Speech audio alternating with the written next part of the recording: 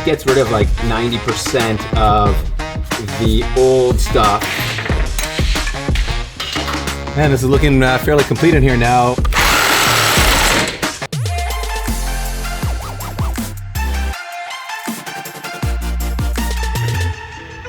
Welcome back to our freshly K-swapped NC Miata. And this is, for Pete and I, our affordable track day car. We don't have one in-house anymore, so this is really going to be our take it to the track, beat on it mercilessly, and just have fun in it, what we consider to be a very affordable chassis. And really, there aren't many affordable cars out there anymore. Everything is so expensive, so when we look at the market, we think the NC chassis Miata really does fit a sweet spot where it's very affordable and very upgradable now thanks to K-Powered with this fully turnkey K-swap that you can go back to the previous episode and see in great detail. However, to bring the rest of the car up to that same standard of performance, we do have a lot of work to do because this is a high mileage 07 car that we got from Gomoto, who like refreshed it and painted it, and NC3 updated the exterior, but it still needs a lot of love underneath. And we're actually gonna start out back by pulling out the differential.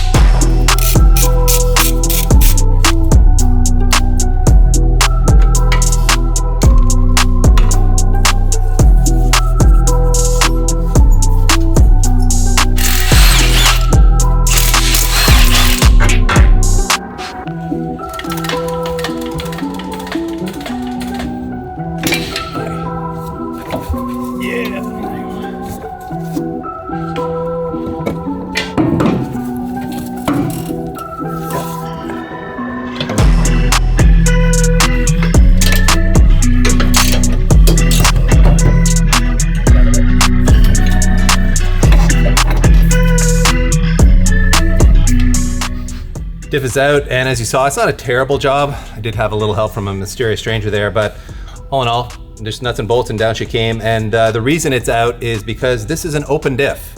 This is a base model NC, which has a 5-speed manual gearbox. To solve that problem, we've dropped it out, and we have us a Kaz limited slip differential here from Kaz USA. This is a 1.5 way clutch type. There's like 12 clutch packs in there. I actually ran one of these in my Canadian touring car Civic back in the day. It's a very effective, very aggressive LSD. And really swapping in there is something that Pete and I could do here at the shop. However, it would take us a very long time. And we've decided that instead we're just gonna run it up the road to Brand Transmission, who's an expert at this, have him put it in there. He'll shim it all up perfectly. We'll have perfect gear engagement and all that stuff. Just one less thing for us to worry about so we can move on with wrenching on other things here. So while that diff is being rebuilt and having that LSD installed, we are going to focus on replacing our control arms here with some hard race units. These have 170,000 miles on them, so they are worn out. You can kind of get away with the stock arms if you really want to, but the answer is always hard race. And you can see we have gone with the spherical bushings this time around. So a little less compliance, but better for the racetrack.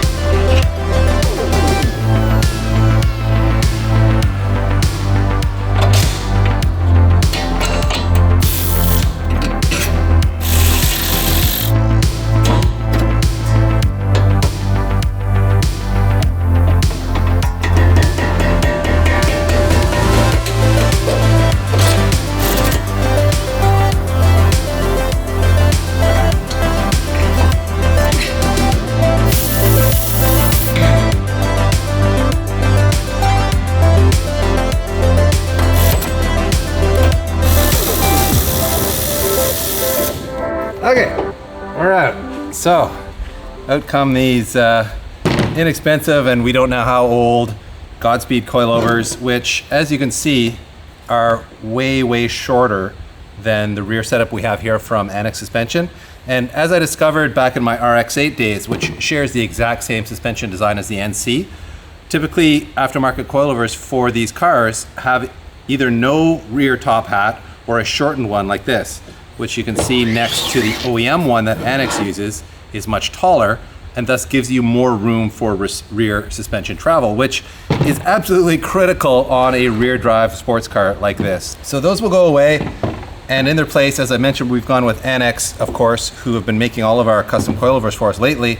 And they went through great pains to develop this kit. This is a freshly designed kit from them. In fact, this is really a prototype setup, which is why some of the colorways aren't really dialed in yet. But they 3D modeled both the front and rear suspension and made sure that they had enough suspension travel in the rear. Aluminum shock body, inverted shock with their new double digressive valving, which we've never tried before. Really fun and exciting to be working with NX. We're developing truly bespoke suspension solutions for any car we throw at them, and especially excited to be doing it on this car because it's a chassis, again, going back to my RX-8 days where I have a lot of experience and I know, for example, we need to optimize rear travel. So thank you, NX, for working with us on this. This is really exciting. Moving on to the front here, and obviously we want to install the suspension and all the control arms and all that, but we actually have a Unit 2 baffled oil pan to go in, which we'll talk about a little bit more. But to install this pan, we actually need to drop the subframe. So we think we also have a radiator to install too, so we think that the best solution is just going to be able to strip everything off here, and then we'll pull the subframe out at the end. So let's get down to pulling all these parts off.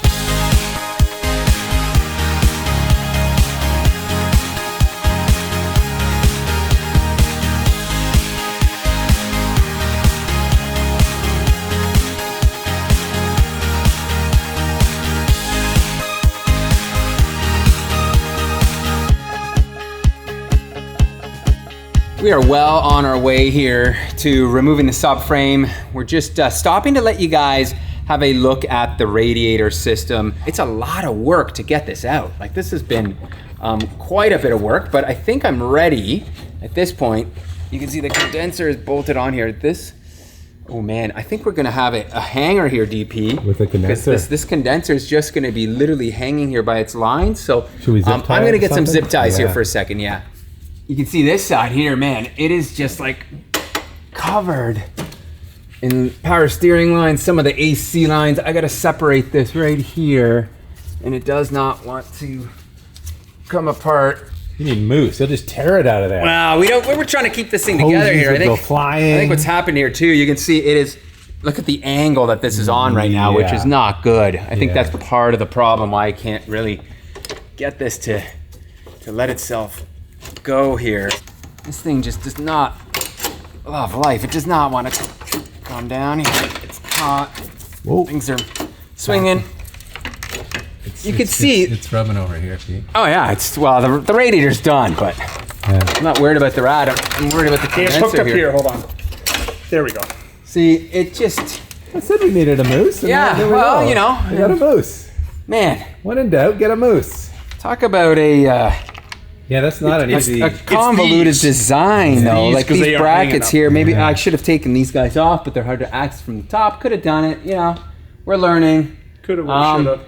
Maybe what we'll do, DP, is we're gonna jump online, see if we can buy a new condenser for relatively, inexpensive amount of money. This thing's pretty beat, and this thing isn't charged, so right now would certainly be the time to do this. In order to drop the subframe without having to remove the engine or have an engine that's going to fall down, you can see we are using this. What do you even call this? I don't know, power lift or a engine support stand or whatever. Yeah. Most important thing is it is owned by Moose, which is why he's dropped it off here. Thank you, Moose, for that. And we are using ratchet straps on this side for the manifold and chains around the header. So at this point, feels like it's snug. It feels like it's gonna hold. So we should be able to now go underneath, loosen everything up, and just drop that subframe. I've got all the nuts and bolts off the subframe. We got the engine mounts disconnected here, so this should just, as you can see, start coming down. And then we're just gonna get caught up on steering. No, just the steering shaft itself over here. It's just the one little item that I remember we had the same problem.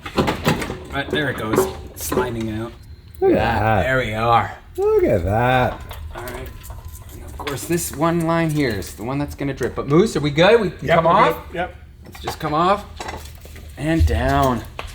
Woo-wee. There it is. Nice work. Subframe down. Now we can tackle that oil pan. As you guys can see, it is on there with some Honda Bond, the best of the best. And usually what most people do is they'll come in, they'll take like a pry bar and try to pry the corners up, and then you'll end up mangling the pan, which isn't a big deal because we're not gonna be reusing it. However, I wanted to get out this tool and see if this would help us. This is like a oil pan separator tool, I think from Lyle. Yeah, But it's from Lyle. yeah, what you do is you just stick it in the corner here and then kind of hammer it in and see if it'll get under there, and it looks, there it goes, it's in. So, and then you can kind of like pry down on it a little bit back and forth, and then I'll pull it out, and then we can try it over here.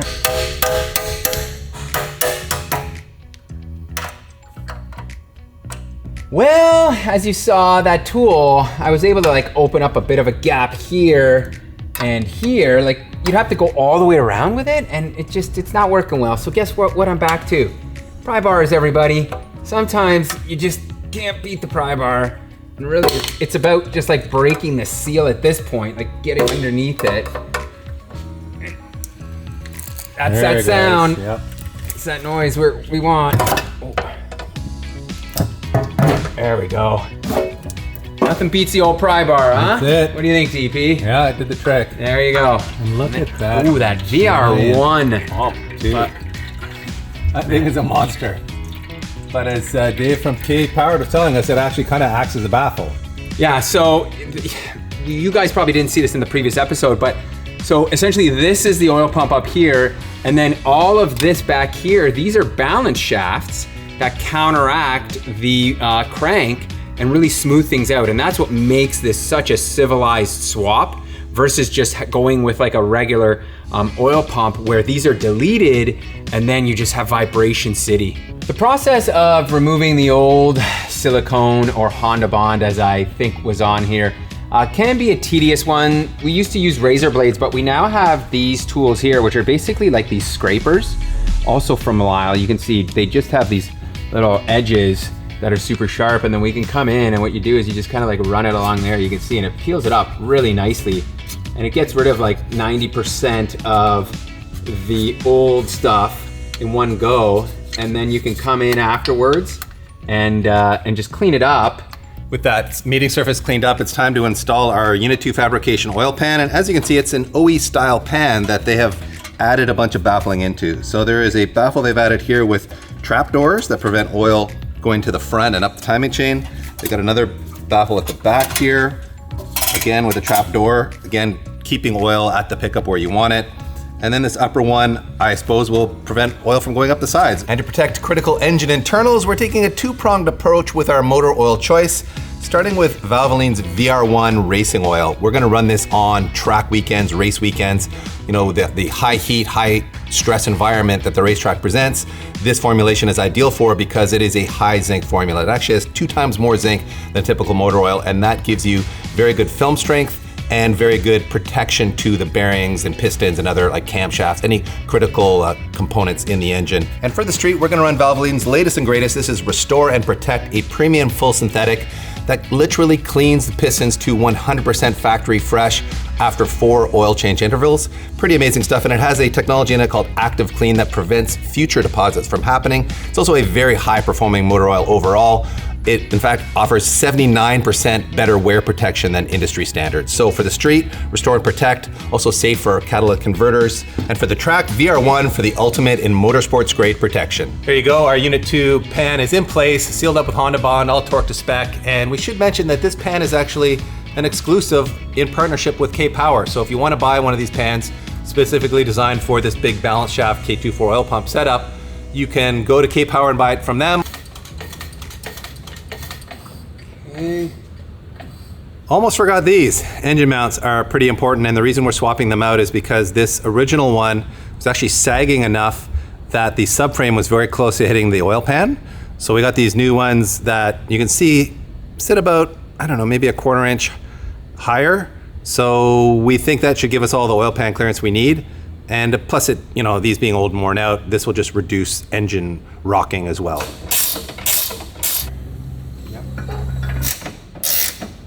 So for it back in place, it's time to install the radiator. And for that, we are upgrading to this HyperCore Koyo-Rad all aluminum radiator featuring Koyo's legendary build quality. It's beautifully made with aluminum end tanks, so you get the added reliability of it, and it's got almost 3 times the capacity of the stock radiator. So a very serious cooling upgrade.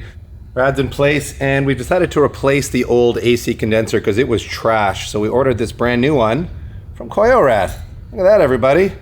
We like Koyo-Rad so much, we're stacking them up here. So this is just a standard OE replacement style condenser, but it'll do the job perfectly. The front suspension is up next, and for that, we have of course gone with everything from Hard Race, sourced from stage4motorsports.com. There'll be a link in the description to them that includes a 5% discount on anything from Hard Race. For the lower control arm, you can see Hard Race makes this beautiful aluminum piece with all new hardened rubber bushings in it. Also replacing the stock upper control arm with this unit from Hard Race. And the big upgrade here, of course, is camber adjustability. So this will give us a lot more fine tuning of the camber than we would typically get off of the eccentric bolts underneath.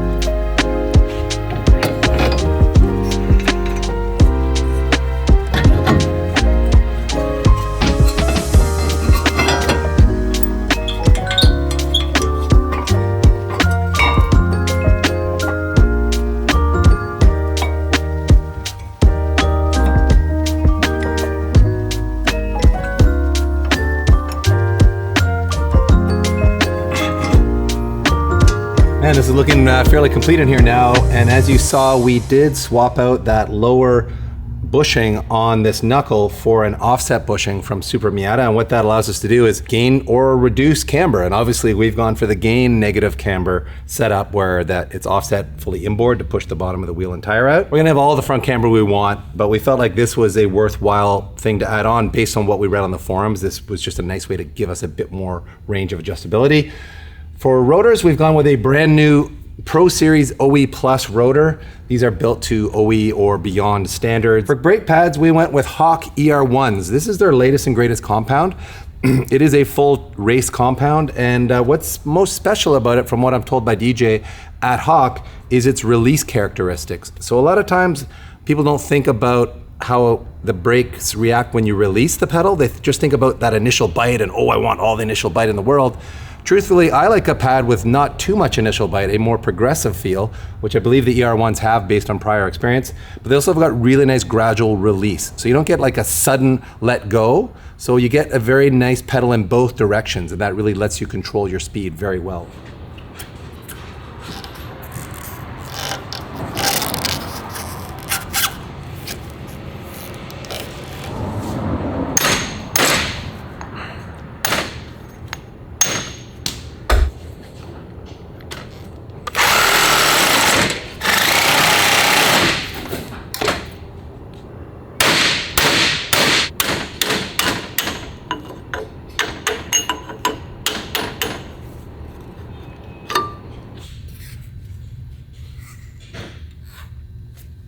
Jumping out back here, and that's because we got our diff back with that 1.5-way CAS LSD installed. We did replace the stock bushings in this upper diff mount, which were basically torn, with some white line ones that we ordered from Turn 14 Distribution. PT, is that right? That's right. I nailed it. So let's get this thing bolted up there, and we will have what is basically a completed rear end.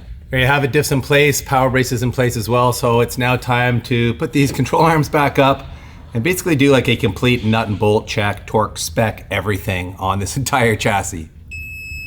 And just like that, the rear end is completely torqued to spec. We need to finish up front, but we're not gonna bore you with torquing things to spec and Pete marking every nut and bolt like you know Pete's OCD demands us to do. So that is a wrap on this episode, guys. Thank you very much for watching. Thank you, Valvoline, for making all of my K-swapped NC Miata dreams come true. And thank you to all our Patreon supporters.